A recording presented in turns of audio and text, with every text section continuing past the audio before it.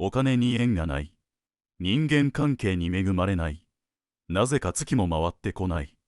もしあなたがそんな思いをしてるんやったら、これから話すことがほんまに人生を変えるかもしれません。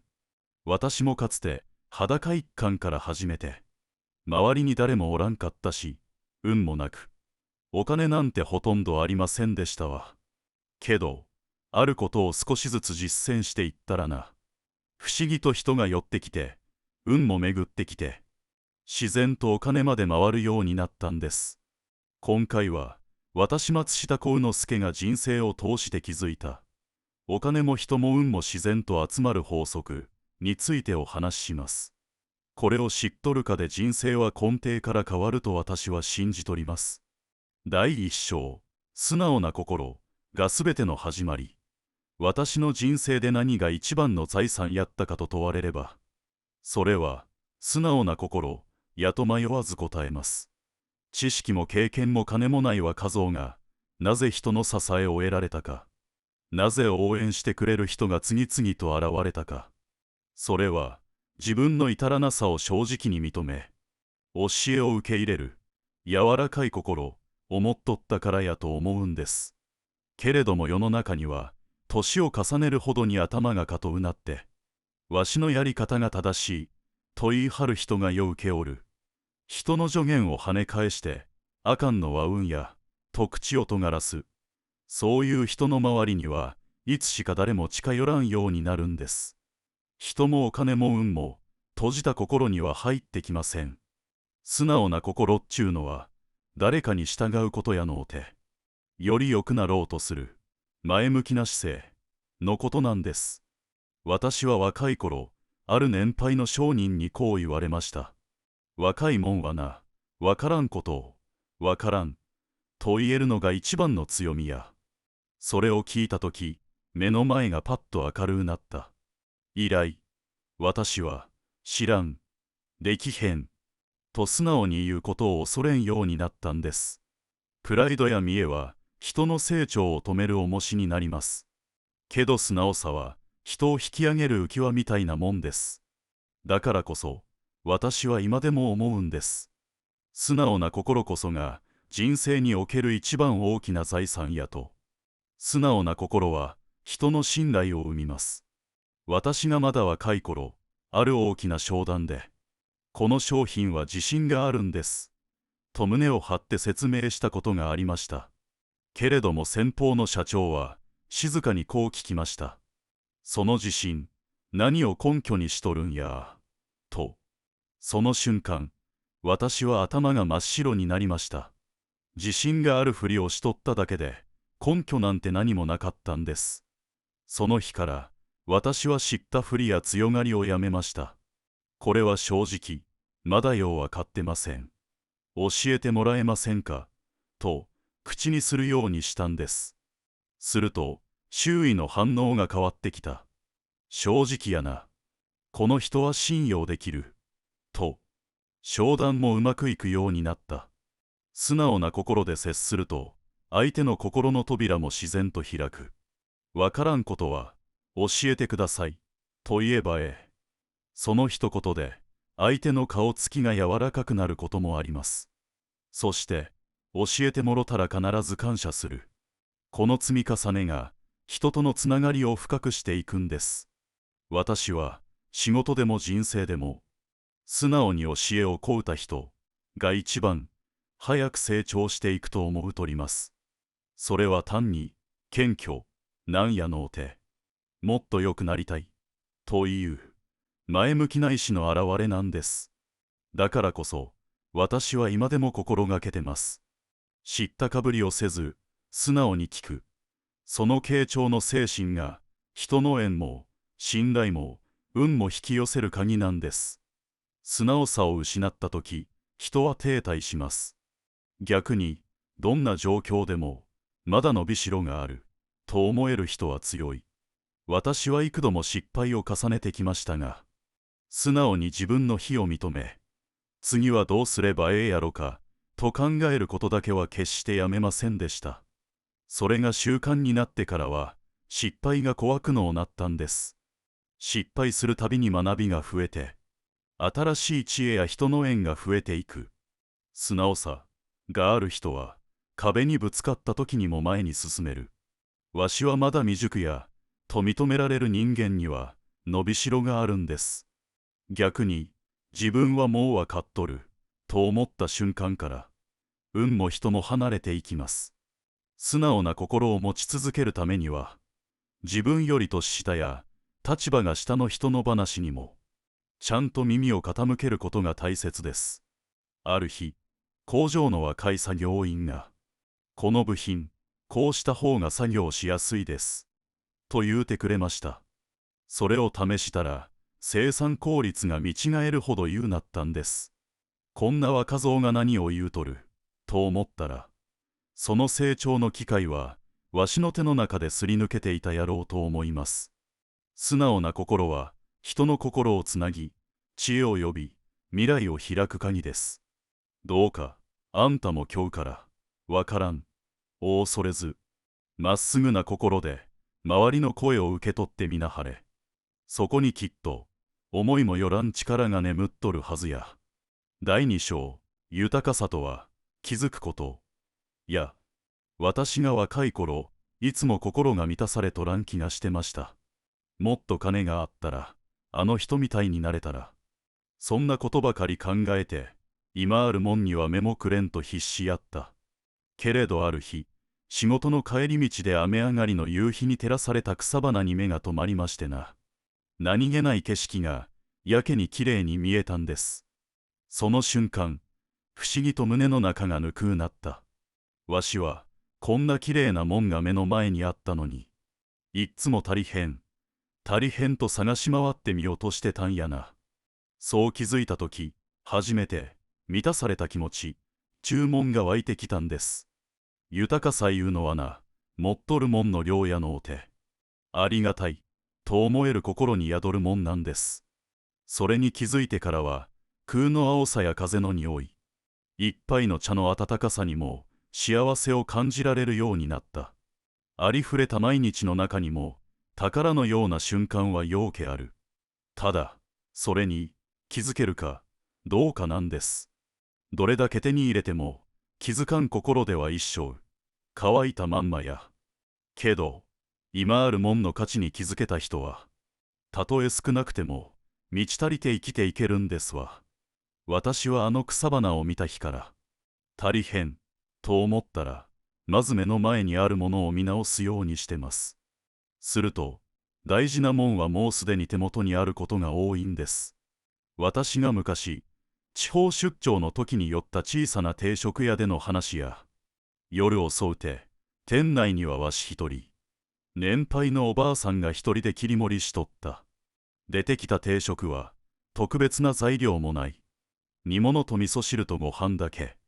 けれど、それが何とも言えんぐらい、あったかかったんです。これ、昔ばあちゃんが作ってくれた味に似てるな。思わず、そう言うたら、おばあさんは笑って、うちには何にもないけど、ありがたいもんばっかりや、と返してくれました。その一言が胸に刺さったんです。気づかんうちは、不満ばっかりが目につく。けど、気づいた瞬間にすべてが、感謝に変わるんですわ。何もないように見える日でも、ほんまはようけある。朝起きたら太陽が出てる。茶碗にご飯がある。今日も体が動く。それを、当たり前、と思うたら、人生は味気のないもんになる。けれど、ありがたい、と思えたら、心は満ち足りて、穏やかになってくる。豊かさちゅうのは、どれだけあるかやない。どれだけ、感じられるか、なんです。あの定食屋で食べた一杯の味噌汁。あれは私にとって、どんな高級料理よりも、豊かさを教えてくれた、ごちそう、やったと思うとります。今、目の前にあるもんに目を向けるだけで、人生は静かに輝き出すんですわ。私が工場を建てたばかりの頃は、ほんまに苦しかった。社員の給料もなんとかやりくりしとって、設備も古うて、電球一つ変えるにも慎重にならなあかん日々やったんです。そんなある日、現場で働いとる若い社員がぽつりと言いました。社長、ここってお金はないけど、気持ちが豊かになりますね。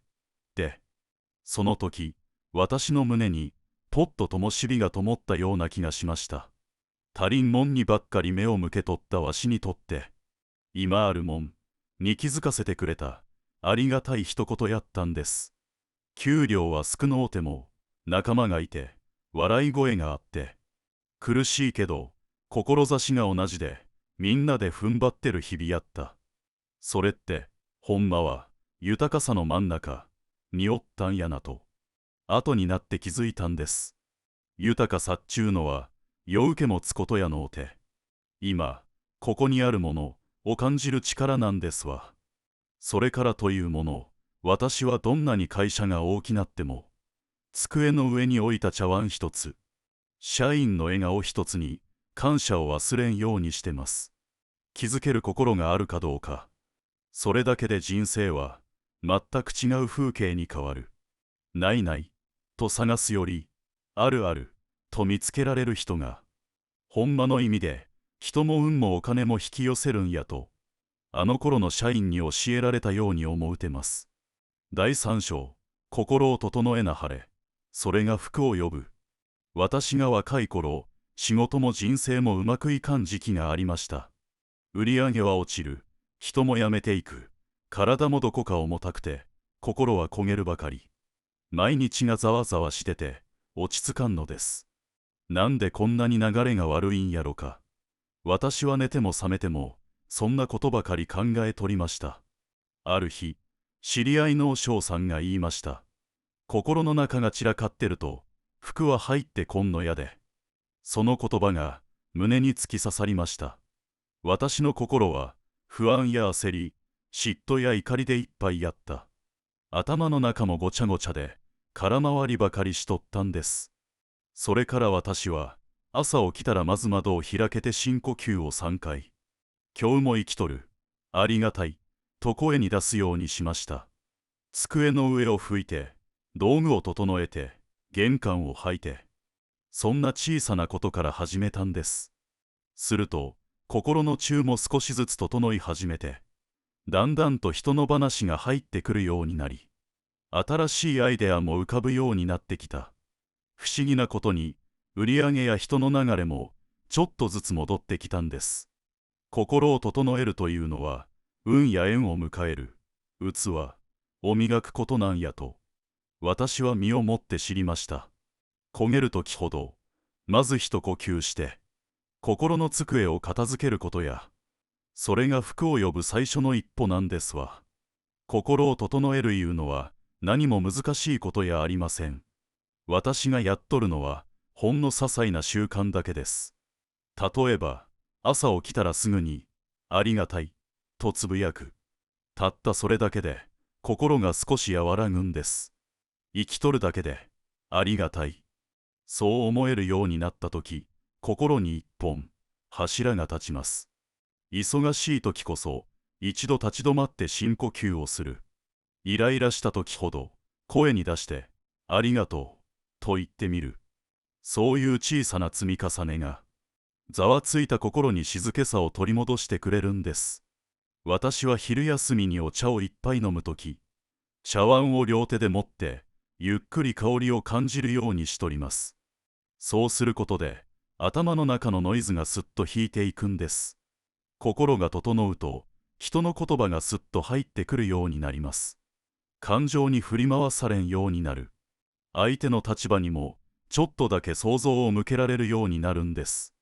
それが結果として、人間関係も穏やかになり、不思議と物事がスムーズに流れるようになってくる。何かがうまくいかんと感じるときは、まず自分の心の状態を整えてみることや、運や福ちゅうのはきれいな水みたいなもんです。濁った器にはよう入ってきません。だからこそ毎日少しずつで心を磨く習慣を持ちなはれ。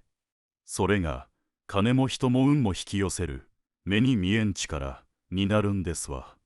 心を整えるというのは自分の軸を作ることでもあります。世の中はいつも揺れとるもんです。景気がええ時もあれば、悪い時もある。人が集まる時もあれば、離れる時もある。その度に右往左往していたら、身が持たんのです。けれども、心が整っとる人はぶれへん。たとえ波が来ても、自分の軸に戻ってこれるんですわ。ある社員がこう言うてました。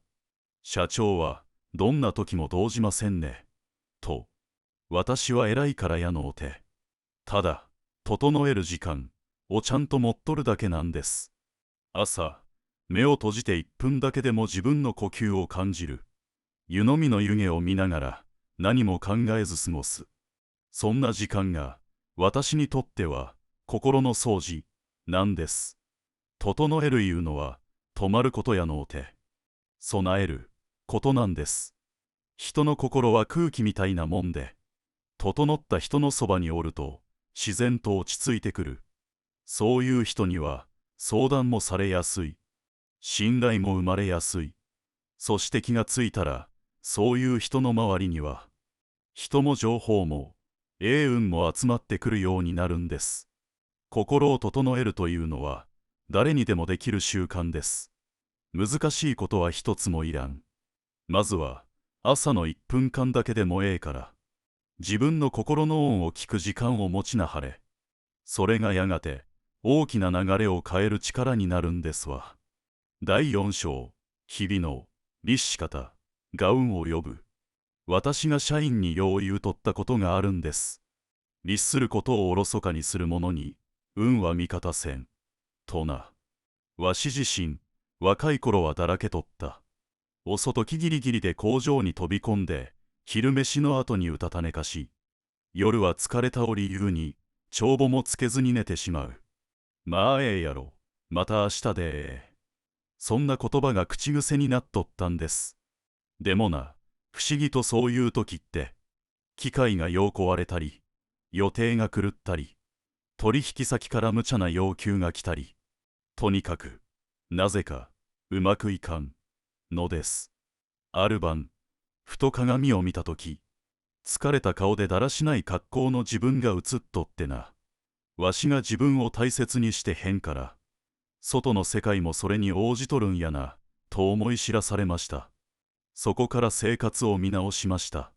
朝は決まった時間に起きて、布団をきちんと畳み、玄関を履物を揃える。道具は使ったら元に戻し、日報は必ずその日のうちに書く。最初は面倒でしたが、不思議と心が整ってくる。生活に、芯が通るような感じがしたんです。すると、周りの空気も変わってきて、なぜか、ちょっとずつ物事が回り出すようになってきた。運というのは、ただの偶然やない。日々の律し方が呼び寄せる積み重ねのご褒美なんですわ。律するいうのは、誰かに厳しくすることやのうて、自分に対して誠実である、ということです。私はある時から、時計を見ずとも、今、何をする時間か、が自然とわかるようになりました。それは毎日の流れを律してきたからこそ、身についた感覚です。生活を律するちゅうのは、自由をなくすことやないんです。逆に、自由を生かすために、土台を作る作業やと思うてます。だらしない生活は、どこかで必ず、穴が開きます。遅れ、ミス、忘れ物、無駄な出費。そういう小さな破綻が積み重なると、信用がなくなっていく。そうならんように、自分の中にルールを持つ。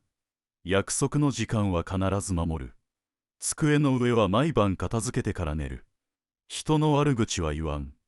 小さなことでもええんです。自分が決めたことを守る。それが律するということやと、私は思うてます。そういう人の言葉には、自然と重みが出てくる。誰かに偉そうにせんでも、周りがその姿勢を見とるんです。私が若い頃、お得意さんにこう言われたことがあります。松下さん、あなたが遅れない人やと分かってるから安心して頼めるんですわ。と、律することが信頼につながり、信頼が次の仕事や縁を連れてきてくれる。それが結果として運がいい人になっていくんですわ。律することを続けるいうのはなかなか根気のいることです。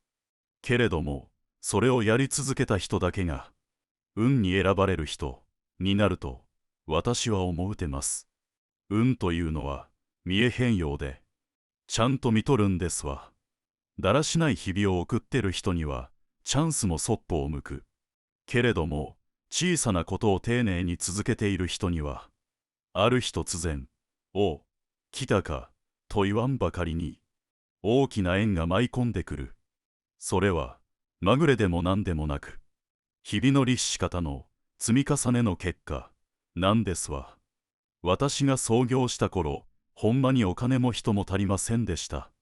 一人で倉庫の掃除をして一人で荷物を運んで夜には一日の反省を手帳に書く誰に見せるでもない地味な毎日です。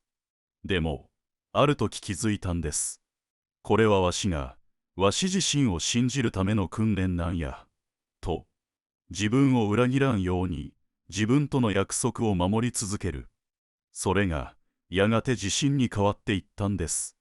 そしてその積み重ねを見とった人が松下さんなら任せられると言ってくれた。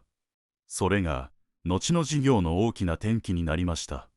律するというのは自分に正直であること。毎日小さくてもええから自分との約束を果たすこと。それがいずれあなたを信じる人を引き寄せ運を呼び人生を押し上げる力になるんですわ。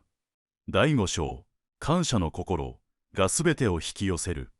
感謝いうのは口に出すのは簡単ですがほんまに心の底から湧いてくるもんを感じるのはそう簡単やないんです。私も若い頃はなんでこんなに苦労ばかりやと心の中で文句ばかり言うとった。朝から機械が止まり予定が狂って社員に当たってしもた日もあります。なんでこんなにわしばっかり損してるんやと思うたこともある。けれどもある日工場で一人の社員がぽつりと言いました。社長、仕事ができるだけでもありがたいですわ。で、その言葉を聞いてハッとしました。私は仕事があるのが当たり前、お客さんがいるのが当たり前、社員が働いてくれるのが当たり前やと思っとった。けど、それは全部当たり前やないんやと、その一言で気づかされたんです。その日から私はありがとうを口癖にしました。誰かが机を拭いてくれたらありがとう。電話を取ってくれたらありがとう。どんな小さなことにもありがとうを言うようにした。すると不思議なことに社員の顔が柔らかくなって工場の空気もなんや明るうなっていったんです。感謝ちゅうのは空気を変える力を持っとるんですわ。そしてそれはやがて縁や信頼や運を引き寄せる土壌にもなるんです。感謝いうのは誰かのためやない自分の心の持ちようを変える力でもあるんです。仕事が忙しい時、予定が狂った時、ついついイライラしてまうこともあります。そんな時こそありがとうと言ってみる。心の中がすっと軽くなる。不思議なもんで人は感謝の言葉を口にすることで自分の感情を整えられるようになるんです。感謝の心を持つと小さなことにも気づけるようになる。例えば朝一番に入った日の光が暖かいとか、電話口の相手が丁寧に話してくれたこととか、そういうありがたさに気づけるようになると一日がほんまに優しいものに見えてくるんです。なんや今日はついてへんなではなく、今日も無事に過ごせてありがたいなと思える。その心の姿勢が周りの人にも伝わっていく。私は毎日出社したらまず神棚に手を合わせてました。今日もおかげさまですと唱えるだけです。それだけで気持ちが整い、どんな日でも前向きに動けるようになるんです。ある社員が体調を崩して休んだとき、いつも通り働けるってありがたいことなんやな。そんな言葉を他の社員が言うとった。それを聞いたとき、私は思いました。感謝の心が会社の風土を作っとるんやな、と。感謝いうのは、運を呼び込む入り口なんですわ。それを口癖にするだけで、人生の流れが変わってくるんです。感謝の心を持つ人には、人も運も自然と集まってきます。それは決して偶然やないんです。ある時、長年の取引先がこう言うてくれました。松下さんと仕事してると、気持ちがええんですわ。その言葉を聞いた時、私は何よりも嬉しかった。技術や金額のことやのうて、気持ちのやりとり、お大事にしてることが伝わったんやなと思いました。感謝のある人の言葉には、温かさがある。一緒にいて、安心できる。そんな人に、また会いたいと思う。それが、縁をつなぎ、信頼を生む。そしてそれが、長い目で見たとき、一番大きな財産になるんですわ。感謝というのは、すぐに効果が見えるもんやない。けど、それを積み重ねた先にしか見えへん世界がある。朝、顔を合わせたら、おはよう。何かしてもろたら、ありがとう。誰かが頑張っとるのを見たら、ご苦労さん。その一言一言が、人の心を動かすんです。私は最後まで、ありがとう、と言える人生でありたいと思っとる。それは、私自身が、たくさんの、ありがとう、に支えられてきたからや。あなたも今日から、どんな小さなことにも、ありがとう、を忘れんようにしてみなはれ。それがきっと、金も人も運も、すべてを引き寄せる、始まり、になるんですわ。第6章、豊かさとは、求めるものでなく、気づくもの。多くの人は、もっとお金があれば幸せになれると思う。けれども、私は逆やと思うんです。今あるものに気づける人こそが豊かな人なんですわ。私がまだ貧乏な自分、風呂もない狭い長屋に住んどった頃、ある晩、空を見上げたら月がまん丸でな。この月を、誰にも邪魔されずに眺められるのはありがたいな、と思うたんです。その時、何とも言えん、満ち足りた気持ちになりました。金も名誉もまだ何も持ってへん時代や。けれども、その気持ちの充足感こそが、私にとっての豊かさ、やったんです。もちろん、金がないことで困ることも多かった。けど、足らんことばかりを数えてたら、人生に感謝する余裕がなくなってまう。そう気づいてから、私は、今あるもんに、よう気づくこと、を大事にするようになりました。人の優しさ、健康、今日もご飯が食べられること、そういう当たり前に見えることに、ありがたさを感じるようになってから、心がどんどん穏やかになっていったんですわ。豊かさというのは、財布の中身やのうて、心の中にどれだけ、ありがたみ、があるかで決まる。そのことを知ってから、人生がぐっと軽うなったんですわ。私が感じ取った豊かさは、あるもんに目を向けた瞬間に生まれるもんやった。けどな、人間ちゅうのは欲深いもんで、つい、もっと、まだ足りん、と求めてしまう。家を建てたら、もっと広い家が欲しくなる。商売がうまくいったら、もっと儲けたくなる。そうして気づいたら、心がいつも、欠乏に向いてしまうんですわ。ほんまの豊かさというのは、満たすこと、やのうて、満ちてると気づくこと、なんです。私はある時、商談帰りに立ち寄ったうどん屋で、店の親父さんが、いつもありがとうございます、と言うてくれた。なんちゅうことない言葉ですが、その笑顔がなんとも温かかった。その時、ああ、豊かさちゅうのは、人と人とのこういうやりとりの中にあるんやな、と思いました。高級なもんを持つことや、特別な体験をすることもええけど、ほんまの豊かさは、毎日の中にポツポツと転がってる。ある日、社員が工場の片隅で昼寝しとった。その姿を見て、働いた後に安心して眠れる環境がある。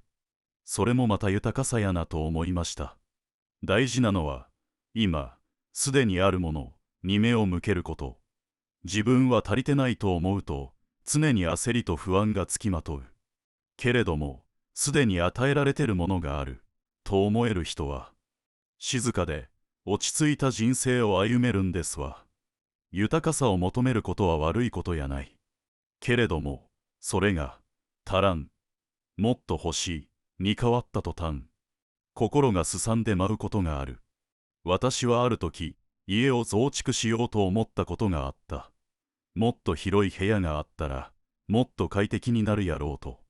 けれども、いざ広くしてみると、最初のうちは満足やったけど、だんだんと、それが、当たり前、になってもうた。人間ちゅうのは、慣れるもんです。豊かさというのは、物の量やないと、改めて思い知らされました。ほんまの豊かさは、ありがたいな、と思える心なんです。昔、社員旅行でみんなで汽車に乗ったとき、窓の外の田んぼを見て、のどかやな、と笑い合うた。その時間が、私にとってかけがえのない記憶になってる。高級ホテルに泊まった記憶より、その笑顔の方が、ずっと温かく残ってる。ある社員がこんなことを言うてました。社長、給料が上がるのもありがたいですが、毎日、みんなで昼飯を笑って食べられるのが一番ですわ。で、その言葉に胸がじんとしました。豊かさは心の中で見つけるもんなんですわ。だからこそ、あなたにも言いたい。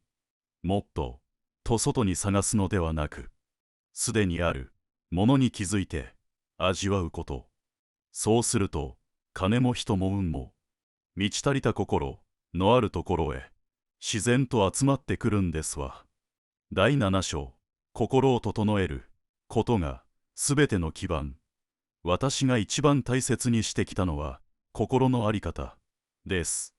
商売も人間関係も、すべての基盤は心にあると思うとります。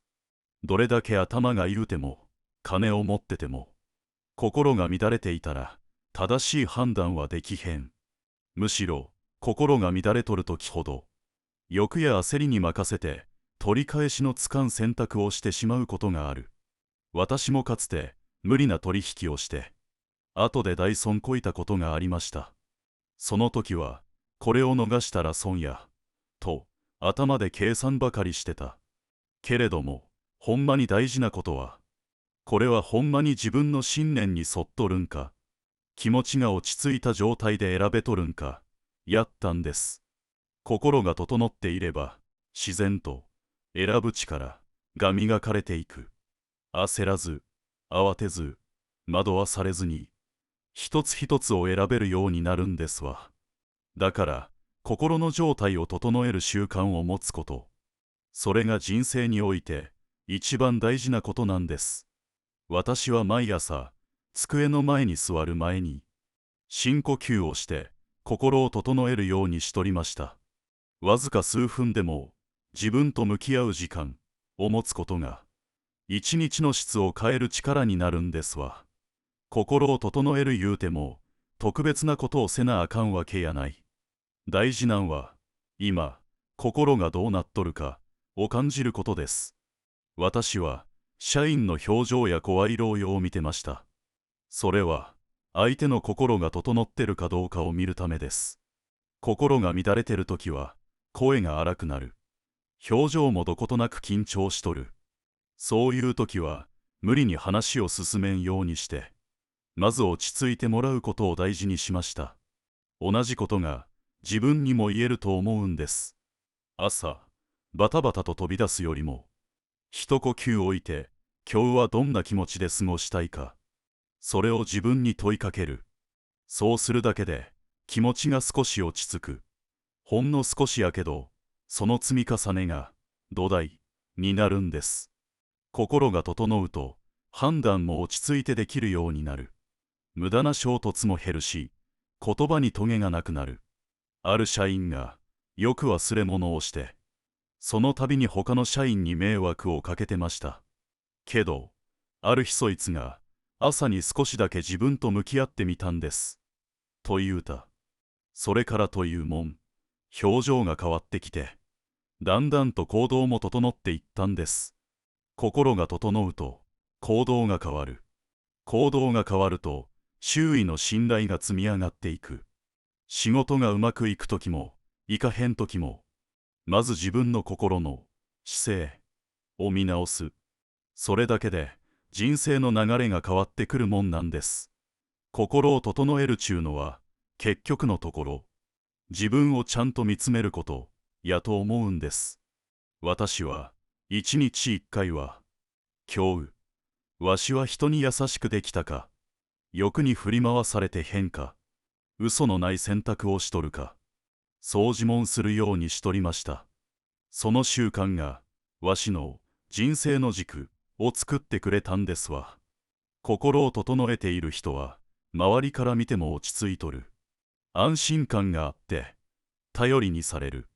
逆にどれだけ能力があっても心が不安定な人は周囲に不信感を与えてまう。大事な場面で信頼を得るかどうかは心の状態にかかってると言うてもええくらいや。ある時社員の一人がこんなことを言いました。社長の落ち着いた態度に何度も救われました。で、わしは特別なことはしてへん。ただ心を整えて誠実に向き合おうとしてただけです。心を整えるいうのは自分のためでもあり、周りの人のためでもある。家庭でも職場でも、一人の人の落ち着きがその場の空気を変えることがある。あなたもどうか忙しい日々の中で一日一回自分の心と向き合う時間を持ってみてください。それがやがてお金も人も運も自然と集まってくる確かな土台になります。いかがでしたか。今回は松下幸之助さんのお金も人も運も自然と引き寄せる法則についてお話ししました。ぜひ一つずつ実践して変化を感じてみてください。もし今日のお話が皆様の人生に新しい気づきや励みを与えるものでしたら、コメント欄に100を、また改善点やご意見がありましたら0をお書きください。いいねボタンとチャンネル登録していただけるととても励みになるので、ぜひよろしくお願いします。今後も様々な偉人の言葉を配信していきますので、通知をオンにして次回の配信をお見逃しなきようお願いいたします。メンバーシップを始めたので、偉人の言葉の活動を応援、ご支援してくださる方は、ご加入お願いいたします。限定動画も配信していますのでぜひご覧ください。本日はご視聴いただき、誠にありがとうございました。